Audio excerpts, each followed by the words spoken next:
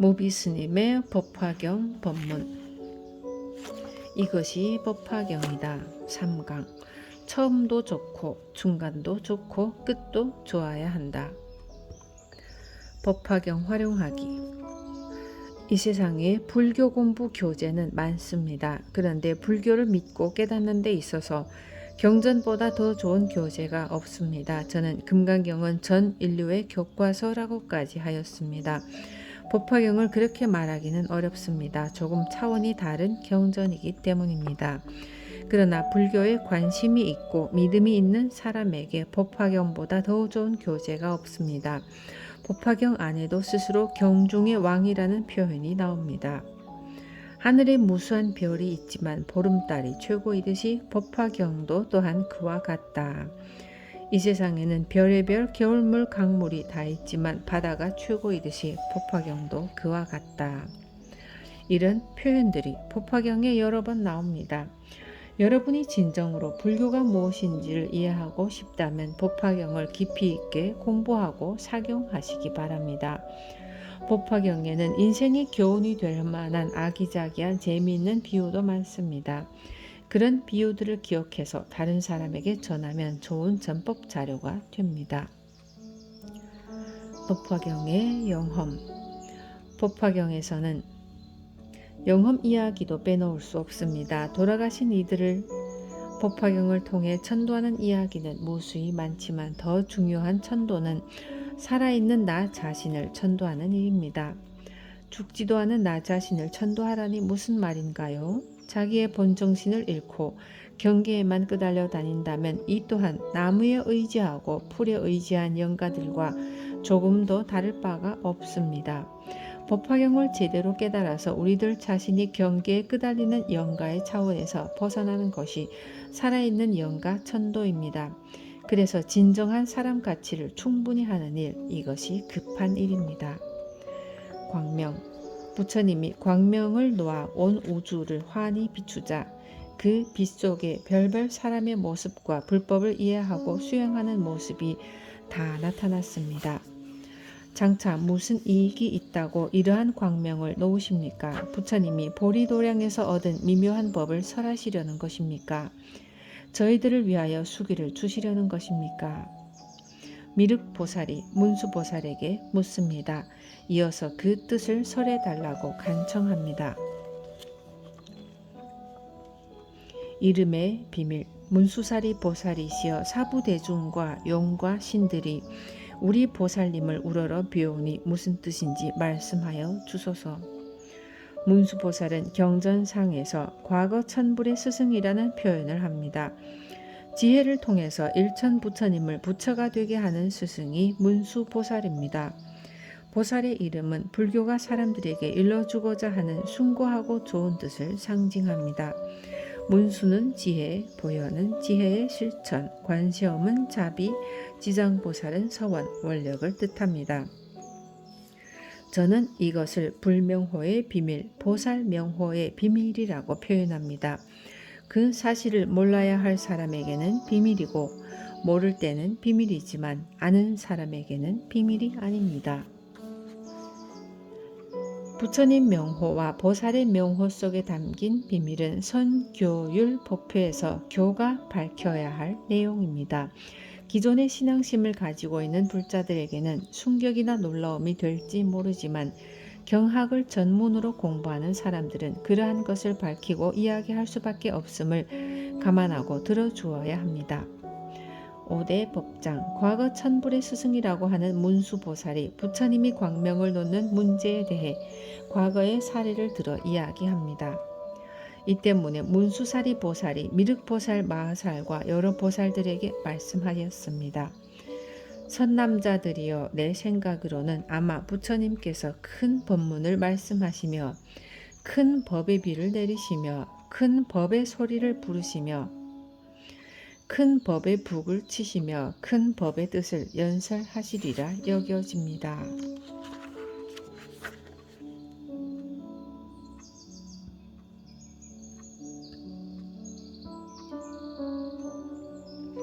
이 대목을 5대 법장이라고 하는데 큰 법문, 큰 법의 비, 큰 법의 소라, 큰 법의 북, 큰 법의 뜻, 이렇게 큰 법이라는 말이 5번 나오기 때문입니다.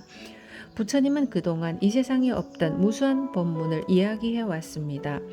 전통교학의 입장에서는 부처님이 성도하시고 40여 년이 지난 후부터 법화경의 이치를 말하기 시작했다고 봅니다.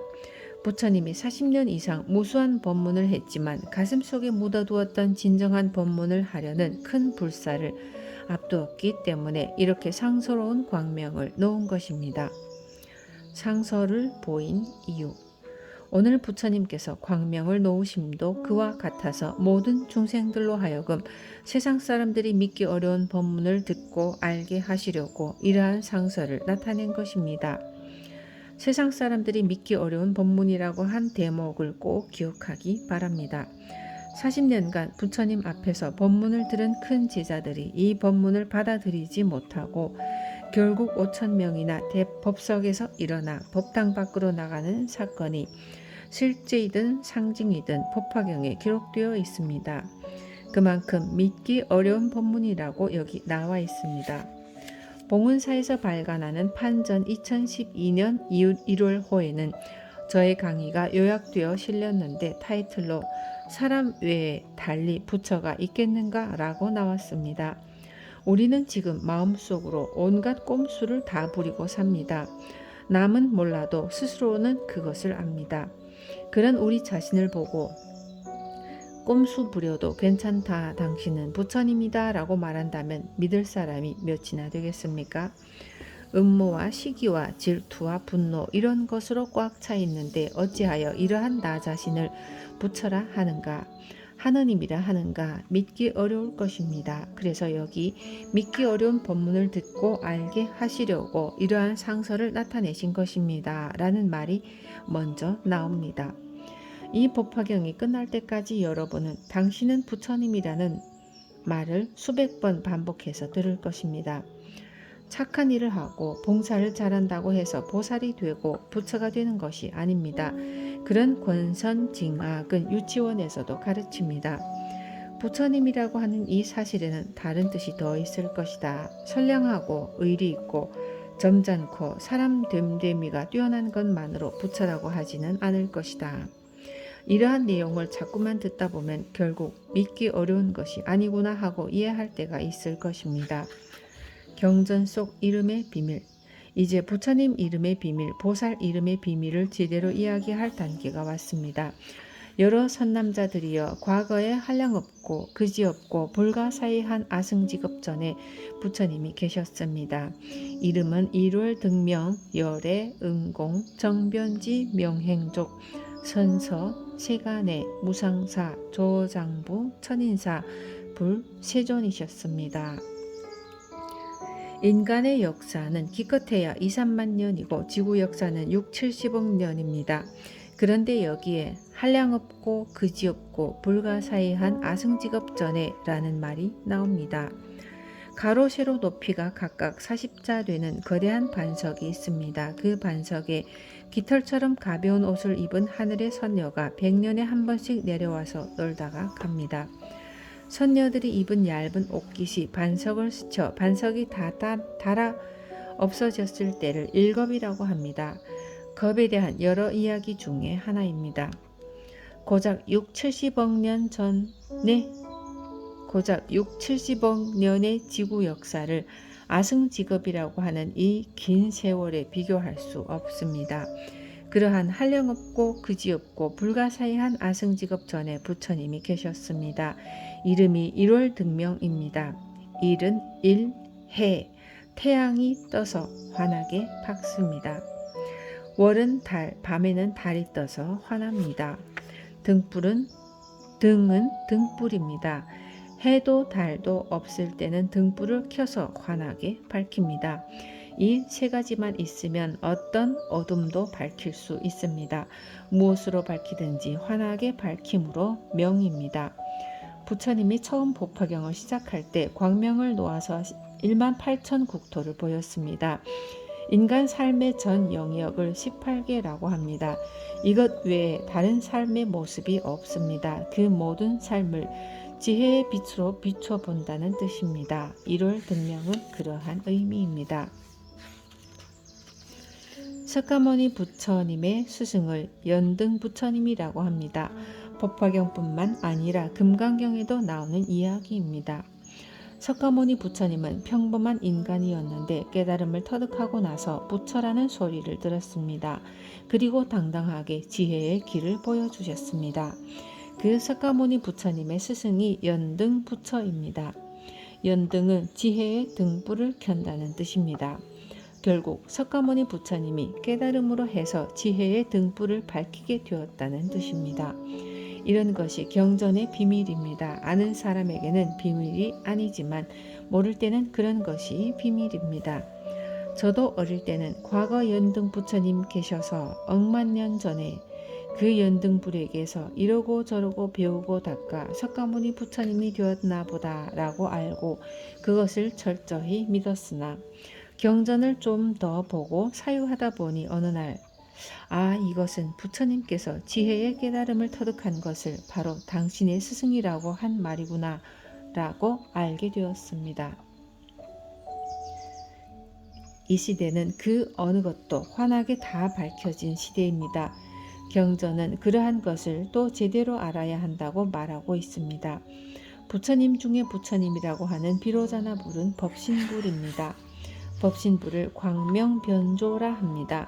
지혜의 광명이 가득 흘러넘친다는 뜻입니다. 아미타불은 무량광이라고 합니다. 한량없는 광명입니다. 이런 것이 부처님 이름에 숨어있는 비밀입니다.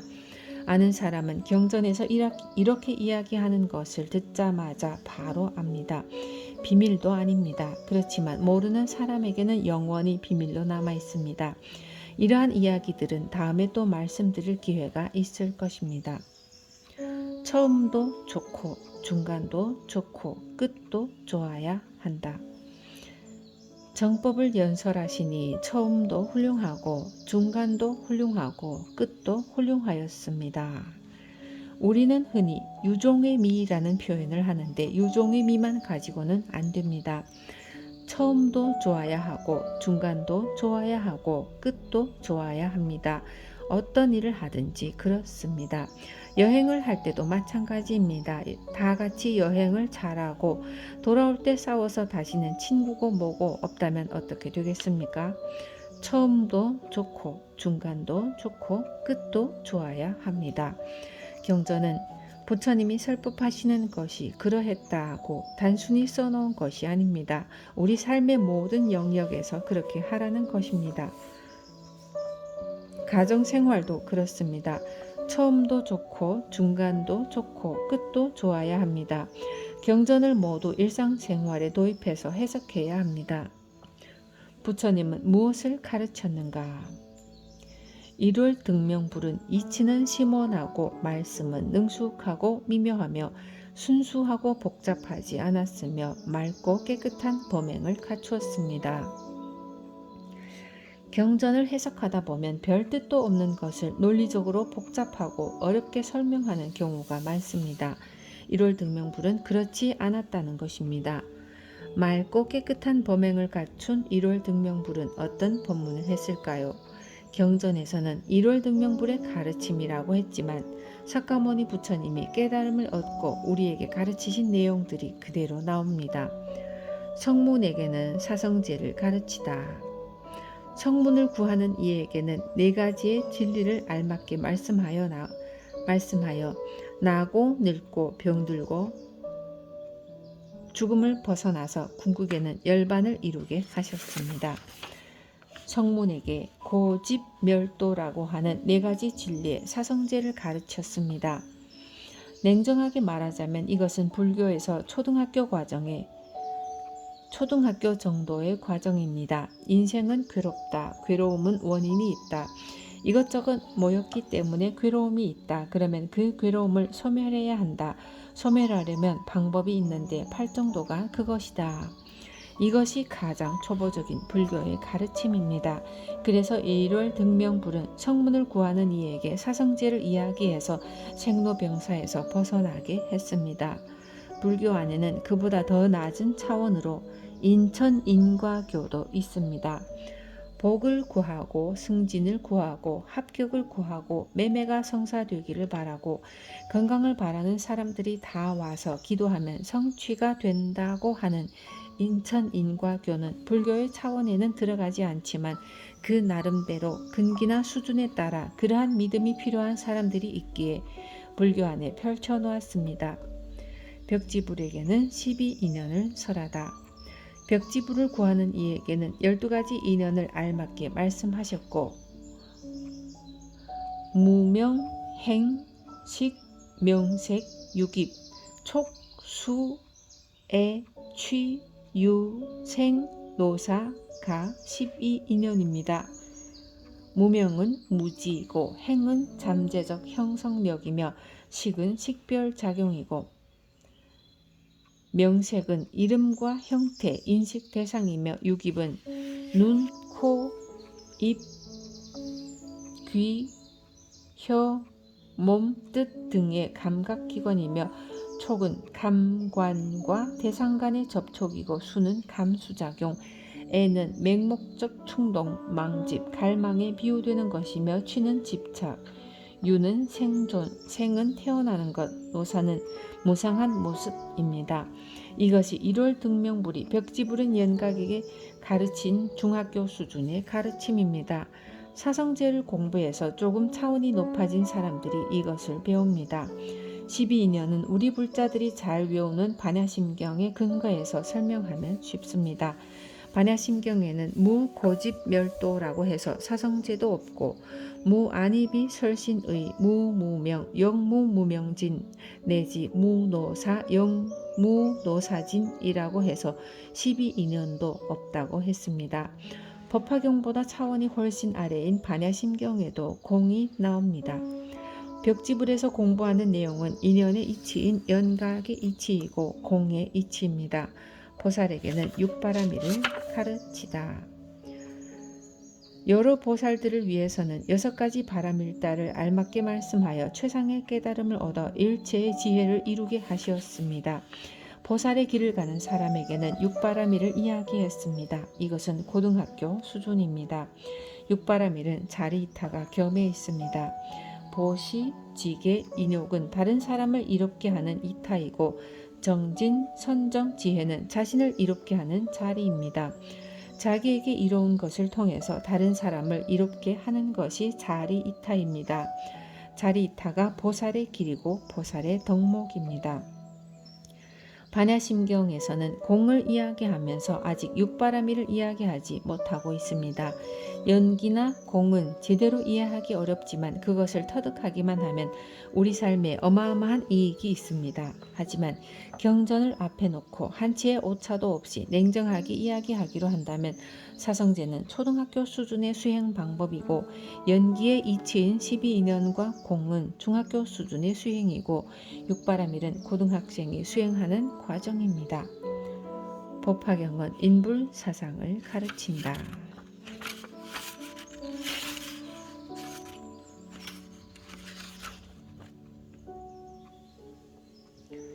그러면 법화경에서 가르치는 차원은 무엇일까요? 법화경은 서두에서 말했듯이 사람이 그대로 부처님이라는 그 사실을 가르칩니다. 온갖 탐진치 삼독과 84,000 번뇌를 가지고 있는 그대로 부처님입니다. 이 차원이 법화경의 차원입니다.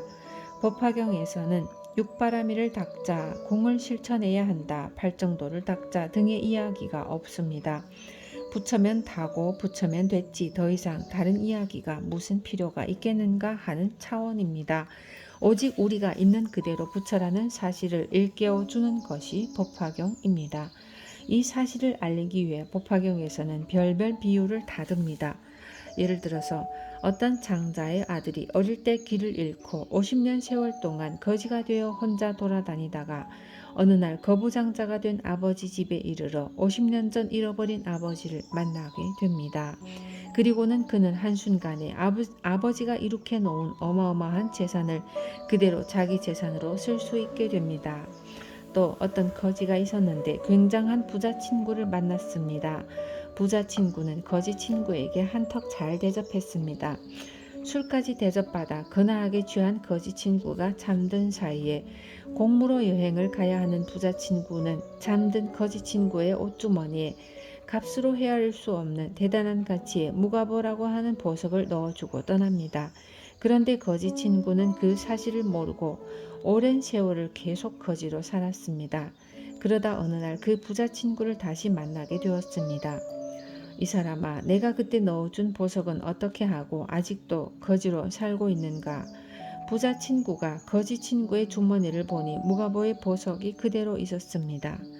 거지인 채로 보석을 가지고 다니고 거부장자의 아들로서 거지 생활을 하고 있다는 이런 이야기는 무엇을 뜻합니까? 우리가 모르고 있을 뿐 우리는 현재 이대로 어떤 상황이든 지금 이대로 완전 무결한 사람 부처라는 사실을 말해줍니다. 우리는 그대로 사람 부처요, 사람 부처 사람입니다. 사람 부처요, 부처인 사람이라고 하는 이 사실을 명확히 이해하고 깨달으며 살자고 하는 것이 법화경의 근본 취지이고 종지입니다. 그러나 사람의 근기가 각각 다르고 수준이 다르기 때문에 사카모니 부처님도 1월 등명 부처님도 사람의 수준에 따라 사성제와 팔정도를 이야기하고 12인연을 이야기하고 육바라밀을 이야기했습니다. 너도 부처님, 나도 부처님. 다음에 또 부처님이 계시었으니 역시 이름이 1월 등명이시고 그 다음에 또 부처님이 계시었으니 역시 이름이 1월 등명이셨습니다. 이와 같이 이만 부처님이 계시었는데 다같이 이름이 1월 등명이셨고 성도 똑같이 파라타이셨습니다. 처음 부처님도 1월 등명, 중간 부처님도 1월 등명, 전불 후불이 모두 1월 등명입니다. 1월 등명이란 깨달음의 지혜라고 하였습니다. 부처는 이미 지혜를 뜻합니다. 그런데도 지혜라고만 하면 못 알아들어서 저 태양을 보아라. 태양이 없을 때는 저 달을 보라. 달이 없을 때는 저 등불을 보라. 1월 등으로서 밝힌다라고까지 해서 경전은 두나디둔한 중생을 낱낱이 일깨웁니다. 그런데 왜 하필 이만 부처님일까요? 이는 상대적인 숫자입니다. 이 세상은 나와 너같이 상대적으로 이루어져 있습니다. 하지만 지혜의 눈을 뜨고 나면 나도 너도 나도 모두가 다같이 부처님입니다. 2만이라는 숫자는 그것을 상징합니다. 지혜는 빛이다. 아무리 많은 부처님이 이 세상에 등장한다 하더라도 부처님은 오로지 지혜를 뜻할 뿐입니다. 그래서 첫 부처님이나 나중 부처님이나 다같이 이름이 1월 등명입니다. 1월 등명은 지혜를 뜻합니다. 흔히 불교를 지혜와 자비의 종교라고 합니다. 그런데 자비를 자비롭게 하는 것은 지혜입니다. 지혜를 먼저 터득하고 그 지혜에 의해서 자비의 실천을 하도록 하는 것입니다. 우리는 단순히 지혜를 짐작하고 적당하게 자비를 짐작하고 말지만 그 지혜를 속속들이 공부하면 무상심심 미묘한 이치가 있고 자비 또한 그렇게 단순한 것이 아닙니다. 무엇을 어떻게 해야 훌륭한 자비 실천이 될 것인가 하는 것도 부처님이 실천하신 내용과 연관시켜서 알아볼 일입니다.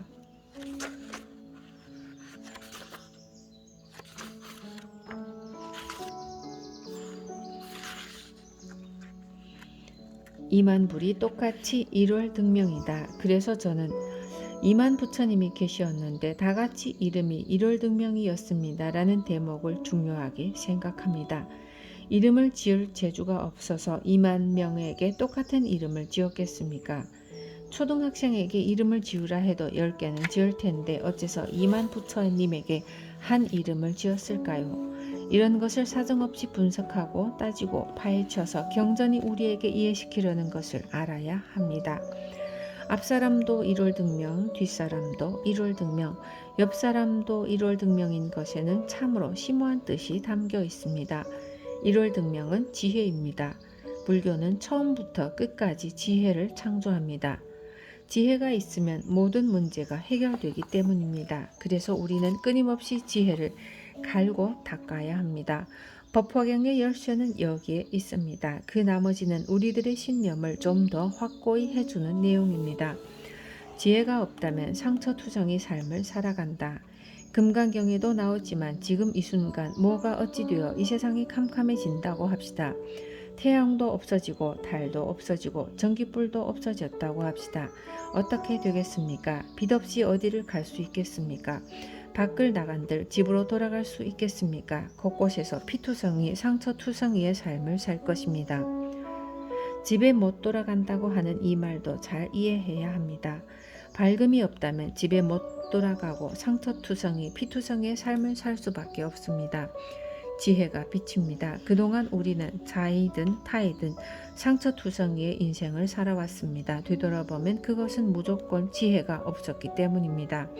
내가 어리석어서 그렇다고 이해하면 틀림없습니다.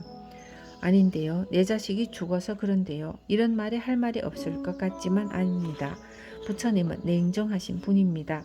설사 자식이 죽어서 상처받았다 해도 그것은 당신이 어리석기 때문입니다. 부처님은 수많은 중생과 제자가 따를 무렵 코살라족이라고 하는 이웃나라의 침공을 받아서 자신의 석가족 가빌라성이 사라지는 모습을 두 눈으로 똑똑히 보았습니다. 그리고 그 아픔은 사지를 마디마디 칼로 자르는 듯한 절절지혜였지만 부처님은 상이 없었기에 상처는 따로 남지 않았다고 금강경에서 말씀하십니다. 지혜가 그렇게 소중하다는 것입니다. 지혜만 갖추고 산다면 상처받을 일도 안 할 뿐더러 외부에 의해서 상처받지도 않을 것입니다. 눈도 있고 햇빛도 있어서 모든 사물을 환하게 볼 수 있으면 집에 돌아갈 때 무슨 도구를 이용하든지 상처받지 않고 다치지 않고 잘 돌아갈 수 있습니다. 햇빛이 있기 때문입니다. 지혜가 있기 때문입니다. 우리 인생에 지혜가 있다면 그 어떤 상황에서도 상처받지 않고 잘 살 수 있습니다. 금강경에도 그러한 표현이 있는데 법화경에는 오죽하겠습니까? 그래서 이만 부처님이 이 세상에 오셨는데 똑같이 이름이 일월등명이십니다. 불교를 만난 여러분은 어떻게 하든지 지혜를 갈고 닦을 줄 알아야 합니다. 자신이 어떻게 할 바를 모른다면 부처님 지혜의 가르침인 경전에서 지혜를 찾아야 합니다. 반야심경을 외워보든지 천수경을 외워보든지 아니면 법화경을 한번 읽어보십시오.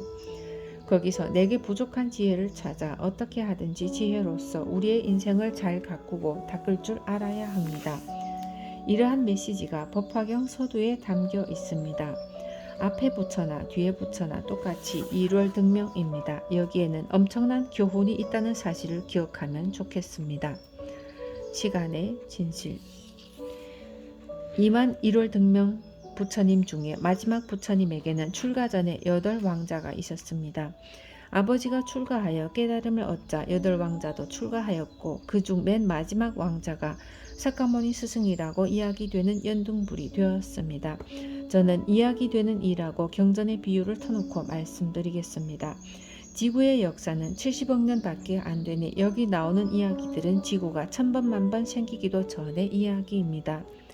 그때에 1월 등명 부처님이 계셨고 그리고 세월이 흘러서 사카모니 부처님이 계셨고 2600년의 세월이 흘러서 우리는 오늘 이 순간을 살고 있습니다. 경전 속에는 지구보다 수천 년 전에 오랜 세월이 나오는데 불교에 있어서 공간의 문제도 이해해야겠지만 시간의 문제도 중요합니다. 법성계에는 무량원겁 즉 일념 즉시 무량겁 한량없는 원겁이 한 생각이요 한 생각이 곧 한량없는 겁이로다 라는 개송이 있습니다. 우리의 지금 이 순간 삶 속에 지구가 수천 번 생기기 이전에 무한한 과거와 지구가 수만 번 반복된 다음에 무한한 미래가 내재되어 있다는 것입니다.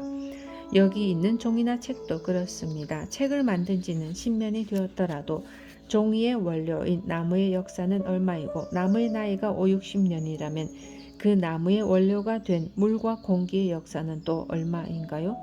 1200년 전 신라 때 만든 불상은 그 형태만의 역사가 1200년입니다.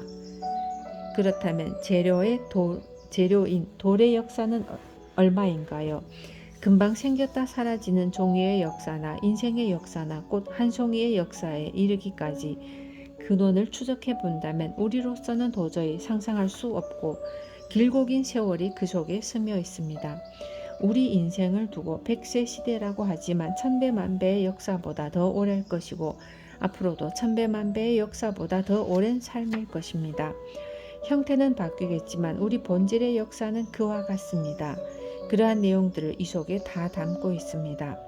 법화경 서품 하나만 연구하고 분석하더라도 몇 년을 연구해야 할 내용입니다. 경전을 읽을 때 섣불리 판단하지 말고 깊고 깊은 오묘한 뜻을 궁구해서 제대로 이해하려는 자세가 필요합니다. 문수보살과 미륵보살의 과거. 그 왕자들이 맨 나중에 성불한 분의 이름이 연등불이었습니다. 1월 등명불이 2만 명이 나왔습니다. 한 부처님이 나오고 그 다음 부처님으로 이어지는 시간이 얼마였겠습니까? 그 최후 부처님에게 8왕자가 있었고 그들의 스승은 묘광보살이었으며 8왕자 중 맨 나중에 성불한 사람이 무수한 세월 전에 석가모니의 스승인 연등불입니다. 묘광보살의 800제자 중에 한 사람의 이름이 구명이니 이양을 탐하고 여러 경전을 읽기는 하였지만 뜻을 분명하게 알지 못하고 많이 잊어버림으로 구명이라 이름하였습니다. 1월 등명불이 무량의경을 설할 때 보살이 있었는데 묘광보살이었습니다. 8왕자의 스승이기도 한 묘광보살이라고 하는 이는 문수보살의 전신입니다. 묘광보살의 이름 역시 지혜를 뜻합니다. 그 제자 중에는 구명이라는 이가 있었는데 이름을 구한다는 뜻입니다. 그는 이름을 구하고 자기에게 좋은 것을 탐하고 여러 경전을 읽었지만 뜻을 알지 못하고 많이 잊어버렸습니다. 사실 경전을 읽기만 하는 것으로도 장한 일입니다. 우리는 이런 삶을 삽니다. 불교를 좋아해서 놀러 가지 않고 법회에 나오지만 그렇다면 명예를 구하고 놀기 좋아하고 자기를 칭찬하면 또 좋아합니다. 이런 우리와 똑같은 사람이 경전에 있었습니다. 이 사람도 선근을 심은 인연으로 한량없는 백천만억급의 수많은 부처님을 만나서 공양하고 공경하고 존중하고 찬탄하였습니다. 미륵보살이여 그때의 묘광보살은 딴 사람이 아니라 곧 나 문수이며 구명보살은 그대였습니다. 그때 그 구명이 바로 너야. 그때 훌륭했던 묘광보살은 바로 나야. 문수보살이 미륵보살을 앉혀놓고 이렇게 이야기하는 것이 눈에 선합니다. 어째서 옛날에 놀기 좋아하고 이양을 탐하는 사람이 미륵보살이 되었습니까? 미륵보살은 누구입니까? 이러한 것도 그 뜻을 잘 이해해야 합니다. 미륵보살은 석가모니 이후의 미래의 부처님이며 우리의 희망입니다. 미륵보살은 미래의 부처로 호연하신 분입니다. 불자들은 마음속에 부처 되기를 원하고 있습니다. 그래서 인사도 성불하십시오 라고 하는 것입니다. 그런 불자들에게 미륵보살은 바로 그들이 바라는 미래입니다. 그런 의미를 미륵보살이라고 하는 이름이 가지고 있습니다. 그런데 그렇게 자신의 이익만 챙기고 이름 좋아하고 경전은 좋아하지만 아무것도 모르고 그냥 넘어가는 이가 어떻게 미륵보살이 되었느냐. 제가 한 가지 재미있는 말씀을 드리겠습니다. 콩나물 법문이라는 것입니다. 콩나물 법문. 여러분, 콩나물 시루에 콩을 안 치고 물을 한번 줘보십시오. 물을 부으면 물이 쭈루룩 다 빠져나가 버립니다. 콩나물을 기르는 사람들은 물이 빠지는 줄 알면서도 끊임없이 물을 줍니다. 그러다가 일주일쯤 되면 콩이 상당히 부풀고 싹이 납니다. 계속해서 물을 주면 먹을 수 있을 만치 콩나물이 자라 있습니다. 바로 이것이 우리가 가는 길이고 미륵보살이 걸어간 길입니다. 처음에는 경전을 읽어도 무슨 뜻인지 이해하지 못합니다. 그래도 끊임없이 읽고 법회에도 길을 쓰고 동참해 보는 것입니다. 그렇게 해도 하나도 남는 게 없습니다. 물이 다 빠져나가는 콩나물 시루와 같습니다. 그런데 물이 다 빠져나갔어도 어느새 콩나물은 자라 있습니다. 우리의 지혜도 그런 과정을 통해서 자신도 모르게 자라고 있습니다. 이것이 콩나물 법문입니다. 다른 것은 다 잊어도 콩나물 법문 하나만이라도 잘 기억하시기 바랍니다.